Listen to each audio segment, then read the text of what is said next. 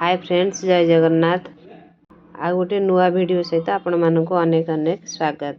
आज चलतु अटा और चूड़ा रे परोटा बनैबा। परोटा बनैबा पई मु एमती पतला चूड़ा नेइची। चूड़ा को प्रथमे भल भाव धोई ताको आधा घंटा बतुरेबा पई छाड़ी देली। आधा घंटा हो गलानी, चूड़ा हमर एमती नरम हो जाइछि। देखंतु ग्राइंडर जार रे बतुरेबा चूड़ा को देई दबा। परोटा टिके टेस्ट आसिया पई अल्प चीनी ऐड करिबा। स्वाद अनुसार लूण दबा।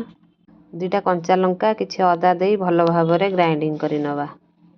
ग्राइंडिंग करथिबा चूड़ा को काढी नबा। जुआनी, कस्तूरी मेथी पत्र आ गोटे चमच ऑयल देई भल भाव गोळेई नबा। एबे सेथिरे अटा ऐड करी भल भाव चकड़ी नबा। देखंतु चकड़ा सरी गलानी, ताकू छोट छोट डो बने नबा। प्रथमे एमती अटा देई रुटी जेमती बेला हुए सेमती बेली नबा। बेली थिबा रुटी ऊपर एमती तेल देई भल भाव फोल्ड करि नबा। आउ थरे एमती तेल देई आस्ते आस्ते बेली नबा। सबु परोटा गुड़िक देखंतु एमती बेली नेइछि। एबे चलंतु परोटा गुड़िक अल्प तेल देई सेकी नबा।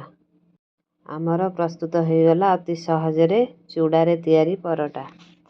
आकु आमे आलुदम किबा चटनी संगरे खाई परिबा। देखंतु बहुत नरम भी होइछि।